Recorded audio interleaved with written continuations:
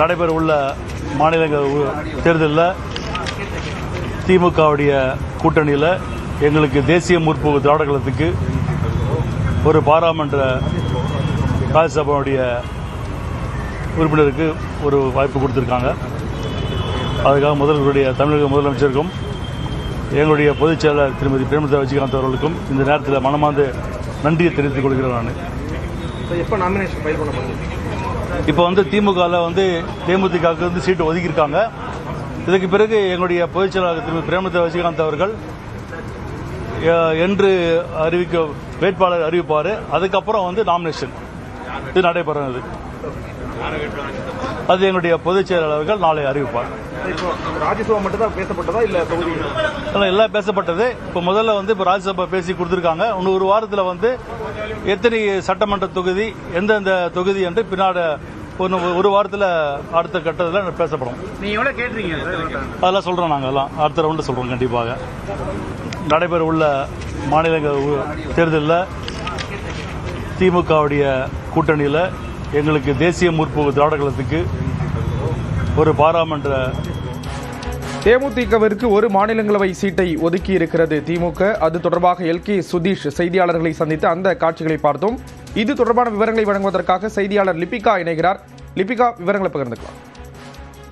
ஸ்ரீராம், தேசிய முற்போக்கு திராவிட கழகம் திமுகவுடன் கடந்த 19ஆம் தேதி கூட்டணியை உறுதி செய்திருந்தார்கள். குறிப்பாக திமுகவுடன் இந்த கூட்டணி உறுதி செய்யப்பட்டிருக்கக்கூடிய நிலையில் ஒரு ராஜ்யசபா சீட்டு என்பது தேமுதிகவிற்கு வழங்க வேண்டும் என ஏற்கனவே இந்த கோரிக்கை என்பது விடுக்கப்பட்டிருந்தது. அதன் அடிப்படையில தான் இந்த கூட்டணி என்பது உறுதி செய்யப்பட்டிருந்தது.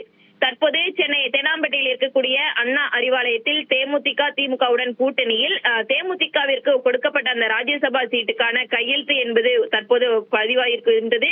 குறிப்பாக தேமுதிகவினுடைய பொருளாளராக இருக்கக்கூடிய எல்கே சுதீஷ் தற்போது அந்த ஒப்பந்தத்தில் கையெழுத்திட்டு இருக்கின்றார். அதே போன்று திமுகவினுடைய தலைவரும் தமிழக முதலமைச்சருமான மு.க. ஸ்டாலின் அதுல கையெழுத்திட்டு இருக்கின்றார். குறிப்பாக வருகின்ற 5ஆம் தேதி ராஜ்யசபா சீட்டுக்கான அந்த வேட்பு மனு என்பது நிறைவடைய இருக்கின்றது.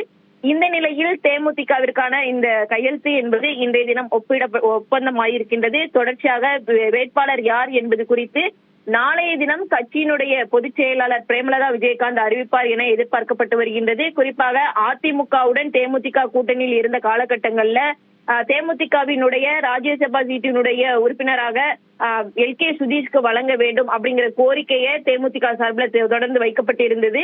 அதன் பின்னணி காரணமாக தான் அதிமுகவில் இருந்து தேமுதிக விலகி வந்தது.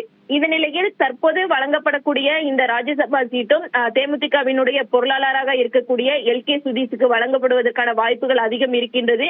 அவர்கள் தரப்பிலிருந்தும் அந்த கோரிக்கை தான் வைக்கப்பட்டிருக்கின்றது. குறிப்பாக நாளைய தினம் கோயம்பேட்டில் இருக்கக்கூடிய தேமுதிக அலுவலகத்துல கட்சியினுடைய பொதுச் செயலாளர் ராஜ்யசபா சீட்டுக்கான அந்த வேட்பாளரை அறிமுகம் செய்ய இருக்கின்றார். தொடர்ச்சியாக 5ஆம் தேதி கட்சியினுடைய பொருளாளராக இருக்கக்கூடிய எல்கே சுதீஷ் வேட்புமனுவை தாக்கல் செய்வார் என எதிர்பார்க்கப்பட்டு வருகின்றது. குறிப்பாக இந்த கூட்டணியை பொறுத்தவரை ஒரு முக்கியத்துவம் வாய்ந்த ஒரு கூட்டணியாகவும் பார்க்கப்பட்டு வருகின்றது. தொடர்ச்சியாக அடுத்து வரக்கூடிய ஓரிரு நாட்கள்ல வருகின்ற சட்டமன்ற தேர்தலுக்கான இட ஒதுக்கீடு சம்பந்தமான இந்த தொகுதி முதல் முறையாக தேமுதிக மாநிலங்களவைக்கு செல்ல இருக்கக்கூடிய நிலையில் அது தொடர்பான விவரங்களை கொடுத்தீங்க. நன்றி லிபிகா.